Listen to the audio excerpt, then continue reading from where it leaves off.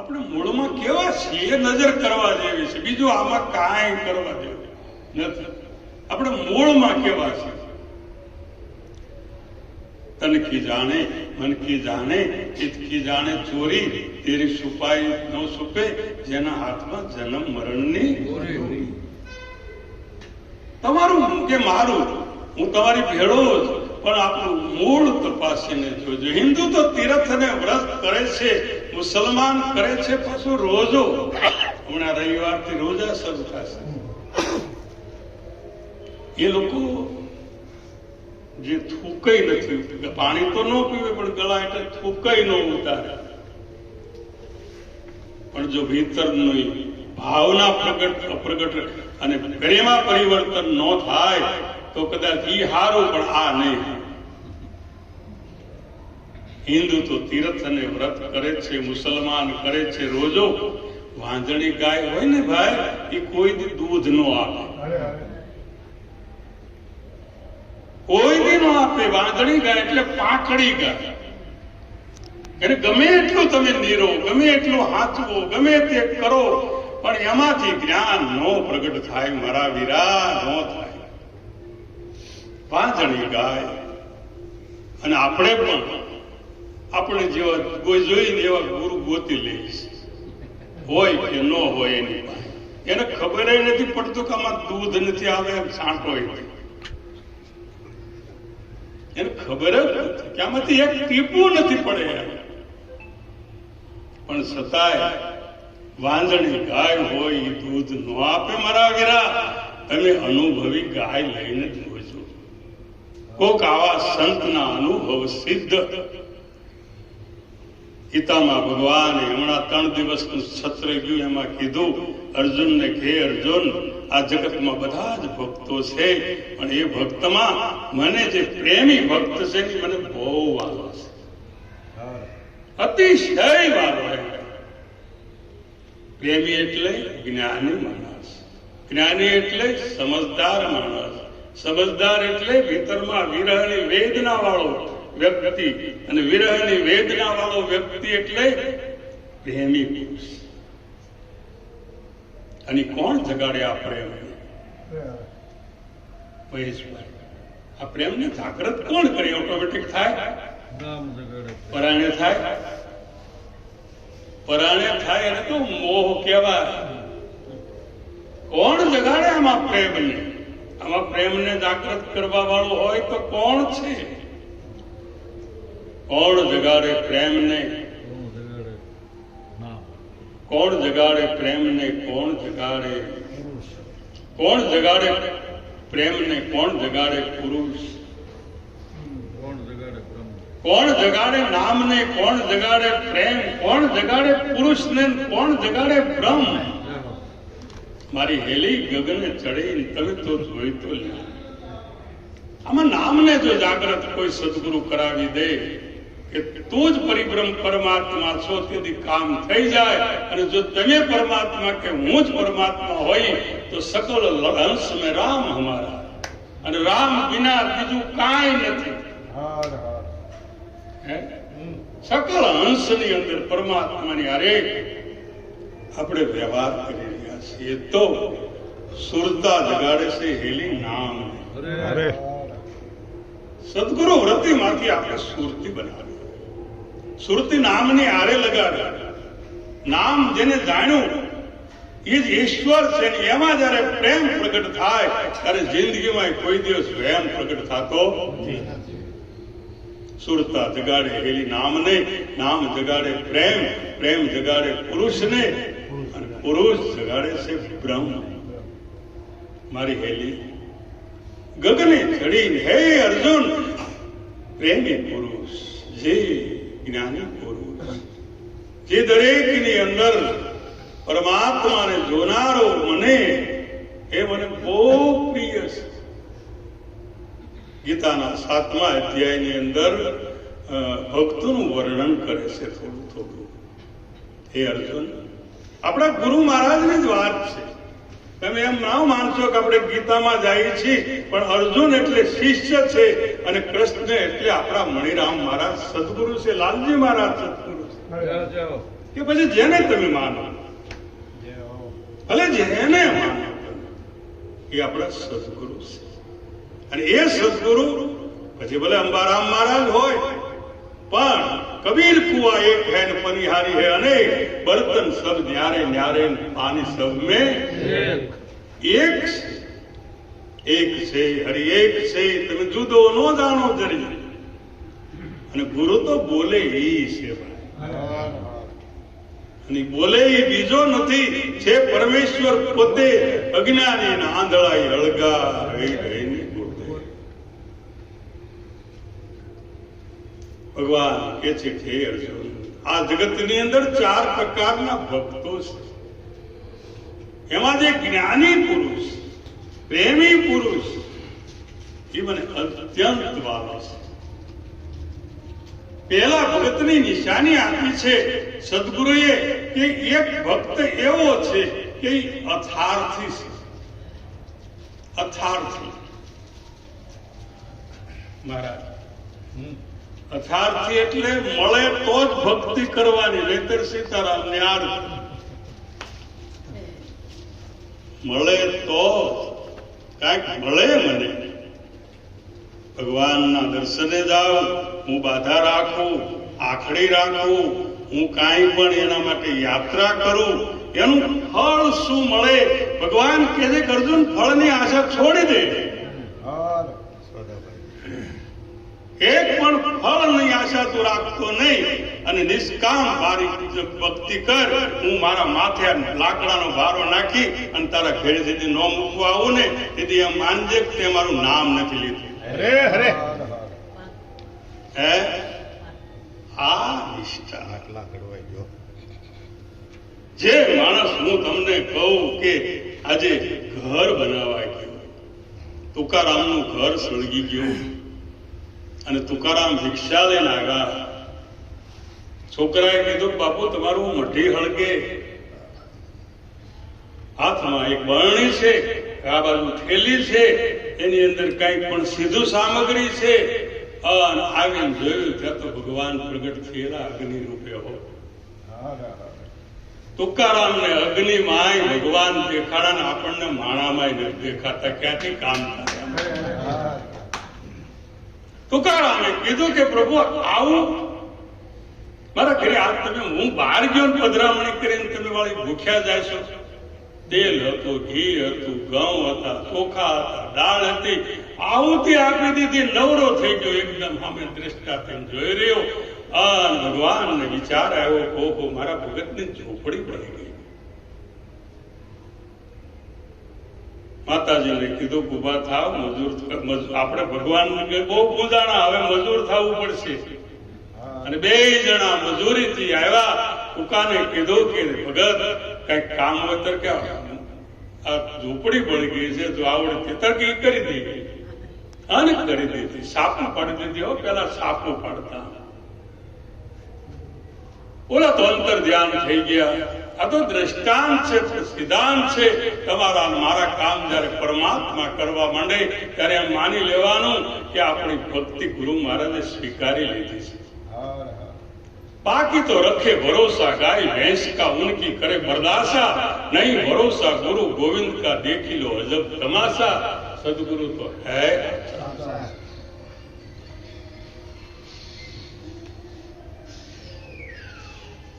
गोविंद थी गुरु ने अधिक जाणजो. आ सत्रमां वात थती थी कि भाई मारा गुरु महाराजे मारा माटे आ सगुण देह धारण कर्यो, मने उगार्यो.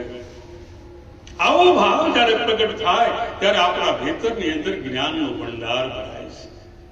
સદગુરુ પરમાત્મા કહે છે કે ગોવિંદથી ગુરુને અધિક જાણજો, જોઈ લો વેદ પ્રકાશા. કૃષ્ણ અને રૂક્ષ્મણી રથમાં દ્વિત્યા અને બેઠા છે ગુરુ દુર્વાસા. સદગુરુ તો ભગવાન નીકળી ગયા છે, માતાજી નીકળી ગયા છે. બાજુના ઘરમાંથી અવાજ આવ્યો, 2-5 દિવસ થયા, તુકારામને બોલાવ્યા છે. એને કીધું ભગત અમારે ઘર બનાવવું છે, તો આ 2 મજૂર જે આવ્યા હતા એને બોલાવી લ્યો ને, તો અમારું ઘર થઈ જાય. તમારા ઘર જેવું બહુ મસ્ત કારીગરો. અને તુકારામે કીધું ભગતી નો આવે તમારા ઘરે. પણ કે કેમ નો આવે? અમે એને ડબલ મજૂરી આપી. તરકે મજૂરિયા નહોતા, મારા નાથ હતા, એ તમારા ઘરે નો પધરામણી કરી. એ કઈ થોડા મજૂર હતા. આપણને ગુરુ માનવી લાગે ને તેથી એમ માની લેજો કે આપણો ફેરો માથે પડ્યો છે. માથે પડી ગયો આપણો ફેરો. ગુરુને માથે માનવી વર્તે દેહ વ્યવહાર સમજો. એ માણસનો નક્કી અધોગતિનો અમે ડબલ મજૂરી આપશું. અને તુકારામે તોય કીધું ભગત આવે ખરા, હોય કે નો આવે. પાલો પ્રેમને વંશ થયા રાજી. એમાં શું કરે પંડિત ને કાજી? કદાચ હું કહું નો આવે એવું નહીં, પણ પેલા તો ઝોપડી ભાળવી પડે. હો તમારે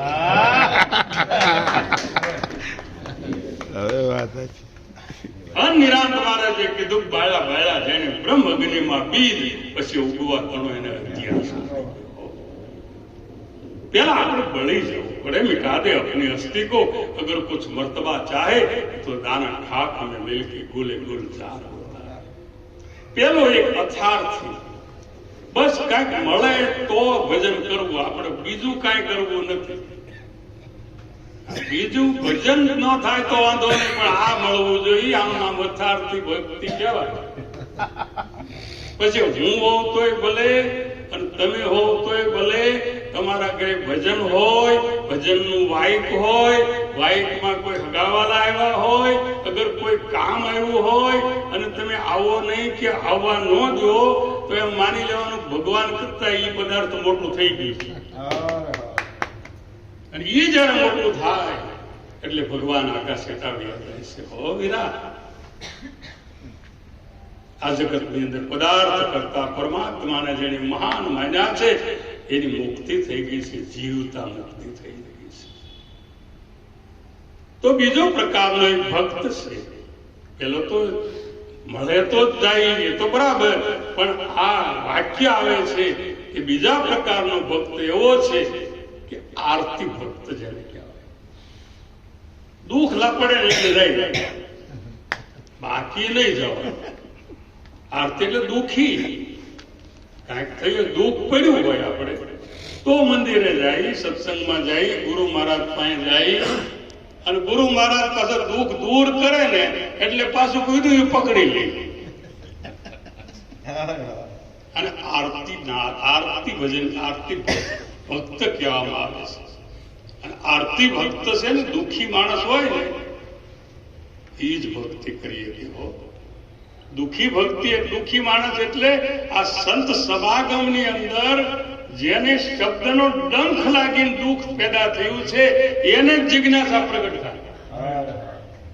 સબરીબા, દુઃખી એટલે ધનથી દુઃખી, શરીરથી દુઃખી એવું નહીં, પણ આ સત્સંગની અંદર આવ્યા પછી એ સદગુરુનો શબ્દ જો લાગી ગયો હોય અને ઘરે જઈને જો એ દુઃખી થાય અને ડંખની વેદના નો સહન કરી શકે અને જો ગુરુના શરણે જઈ અને જિજ્ઞાસુ તેના શરણમાં પડે તો એના આત્માની ઓળખાણ થઈ આવીને ત્રણ કાળમાં રહેતી નથી. પણ આમાં તો કેવું થાય છે કે શબ્દના સૂરથી સૂર ચડ્યું છે, ફેણ માંડી ફેણિયા નાગે. આપણે એમ કહો આ તો મહાન ભગત થઈ ગયા છે. પણ ઘરે જઈને આપણે અખો ક્યાંનું કરવું કેમ, ત્રીજે દીએ એમનું એમ અખા ભગત અખો ક્યાંનું કરવું કેમ, ત્યાં તો ત્રીજે દિવસે પાછું એમનું એમ. આમાં કઈ ફરક નહીં. અને જ્યાં સુધી ફરક ન પડે ને વારા વીરા, દૂધમાં તમે મેળવણ નાખો નવારમાં ફરક ન પડે તો એમ માની લેવાનું કે દૂધની તાસીર ખોટી છે અને છાશની તાસીર ખોટી છે. કા દૂધ નકામું છે અને કા આપણી છાશ નકામી છે. કા આપણા ગુરુ માં કાંઈ દમ નથી અને કા આપણામાં દમ નથી. બાકી બંદૂક ભરી બે નાળની નથી, દારૂમાં દમ ભડાકો કરી શું ભાળશો નથી તાક્યું નિશાન.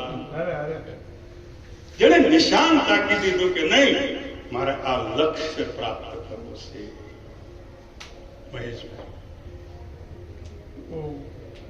યક્ષ પ્રશ્ન કરે છે રાજા યુધિષ્ઠિરને કે હે યુધિષ્ઠિર, મોટા મોટું તપ કર્યું.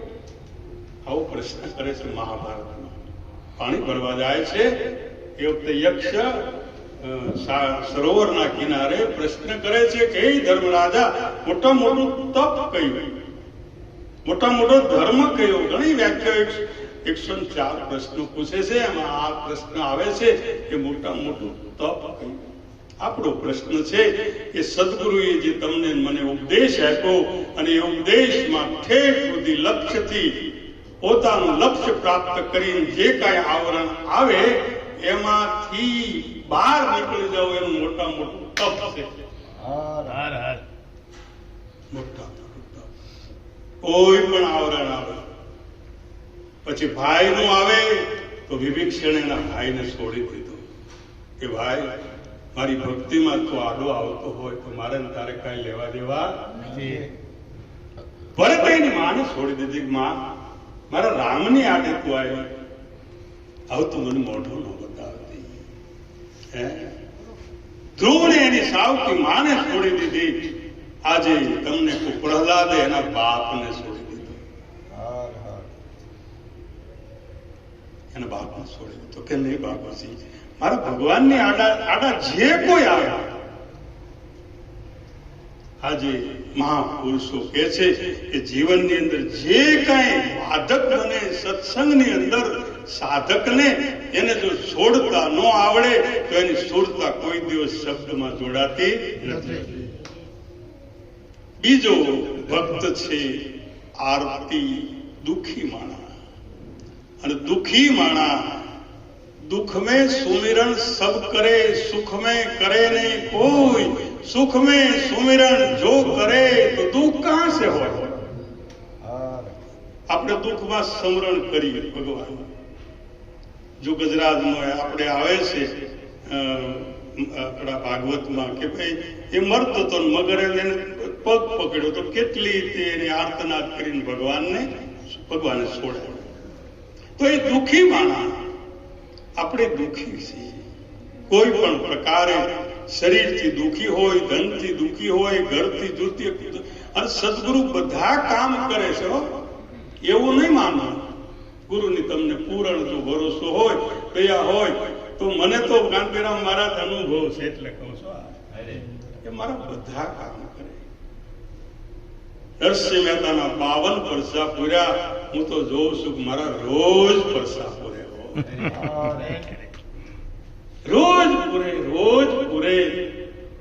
આ બહેનો, દીકરીઓ, ભાઈઓ કોઈ પણ અમારા ઘરે આવે તો બધું સાફ સુફ કરીને વૈયા જાય, તમને ખબર ન પડે.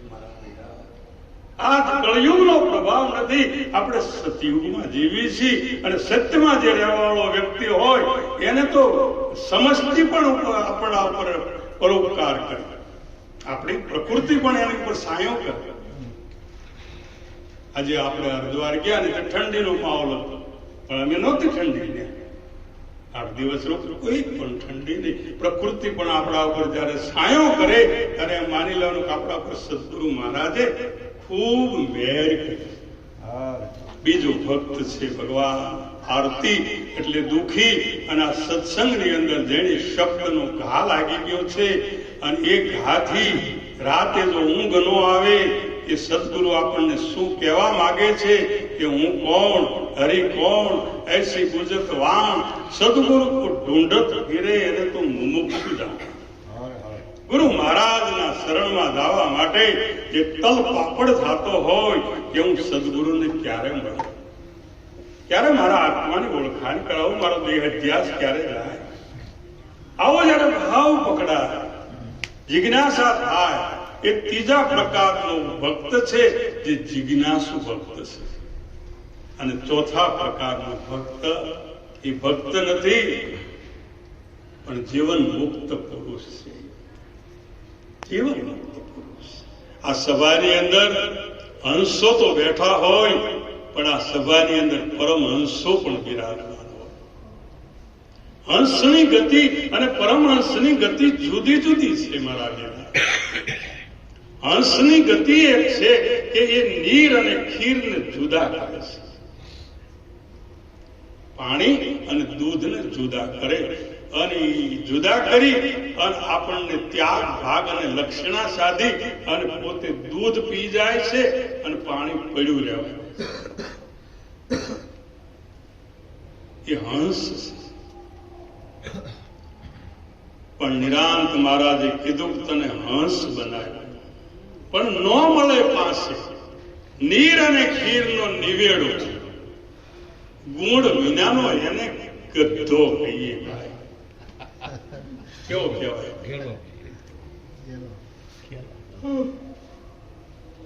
હંસ બન્યો ભાઈ, તને હંસ બનાવ્યો, પણ ન મળે પાય પાય પાય હોય. આ સારું કહેવાય, આ મોડું કહેવાય, એટલી તો આપણને ખબર પડવી જોઈએ કે નહીં? આ સાચી વાત છે, આ ખોટી વાત છે, એ તો ખબર પડવી જોઈએ કે નહીં? હંસ બન્યો પણ ન મળે પાસે નીર અને ખીરનો નિવેડો, ગુણ જ નથી એને ગધેડો કહીએ. ડાપણ ખૂબ કથેલો. નિરાંત મહારાજે ટકો આપ્યો છે, પણ હંસની ગતિ આપણને સતાય પકડાવી છે કે આને સાર કહેવાય અને અસાર કહેવાય, આને જીવ કહેવાય અને ઈશ્વર કહેવાય, આને સુરતા કહેવાય અને શબ્દ કહેવાય, આને દેહ કહેવાય અને વિદેહ કહેવાય, આને ગુણ કહેવાય અને નિર્ગુણ કહેવાય, આ જગત કહેવાય અને જગદીશ કહેવાય. અને હંસની ગતિ પકડાય. પણ સદગુરુ જયારે એક ચોથા પદમાં લઈ જાય છે ત્યારે પરમહંસની ગતિ પ્રાપ્ત થાય છે. અને એ પરમહંસની ગતિ એવી છે કે દૂધ એવું નામ છે અને પાણી એવું આ પરમહંસની ગતિ. દૂધ એવું પણ નામ છે અને પરમહંસ એવું નામ છે, અને નામના નેજા નીચે આપણે સૌ બેઠા છીએ. અને નામ નગર નવખંડમાં નિરામ નિર્ગુણ રહે, અમર ફળ જા નિપજે, મેઘ વર્ષે હમેશ, नाम बुलावे से नाम को, सामा बोले से नाम. अर्जुन आया एकला, वहां नहीं किसी का काम, नहीं किसी का काम, ठाम तो ठीक ठहराया, आ तो ठाम ठाम विश्राम, दूजा मेरी नजर में आया माटे, हर हर हर तू हीरा परखी ले, समझ पकड़ ले निज बूटी, तेरो साहेब तुझ में बोले. आरती ने भाई तैयारी कर, तेरो साहेब तुझ ताराમાં બોલે. બાકી બધી વાત જે હું કરું છું એ તમારા કાન સુધી આવી અને બોલાભાઈ ભૂતકાળ થઈ જશે. બોલારા પણ જે ભૂતકાળ ભવિષ્ય